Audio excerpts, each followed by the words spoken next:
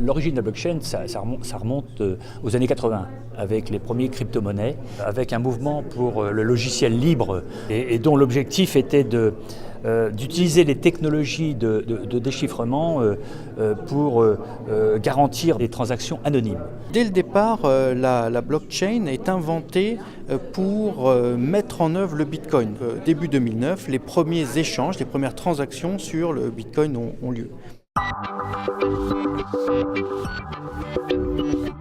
Alors il s'agit donc de créer une chaîne de blocs, chaque bloc comprenant des transactions. Ces transactions sont au nombre en général de 200 à 300 en moyenne par bloc, et chacun de ces blocs est horodaté et ils sont liés les uns aux autres, et cette chaîne peut être sauvegardé par chacun des utilisateurs du Bitcoin sur son propre disque dur. Cela signifie que l'on peut remonter jusqu'à l'origine des premières transactions.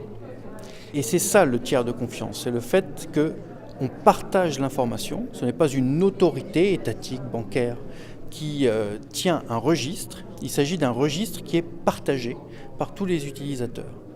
Et donc le fonctionnement est absolument révolutionnaire.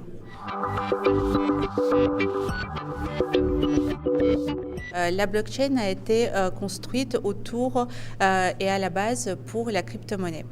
Aujourd'hui, d'autres usages sont envisagés, voire même pratiqués dans certains pays et proposés par un certain nombre de startups. Le stockage d'un certain nombre d'informations, par exemple, les Pays-Bas l'utilisent pour l'enregistrement de leur cadastre. On pourrait l'envisager aussi pour l'état civil, pour d'autres attestations. Donc tout ça, c'est à l'étude aujourd'hui. Il faut prendre conscience des possibilités de la blockchain tout en restant vigilant à ne pas tomber dans le marketing et la blockchain à tout va. À ce jour, la blockchain est considérée comme l'un des endroits les plus sécurisés du fait de sa décentralisation et qu'il ne faut pas plus de 3 à 5 utilisateurs et stockeurs, mineurs comme on dit, pour pouvoir faire fonctionner la blockchain. Aucun système n'est sûr à l'infini.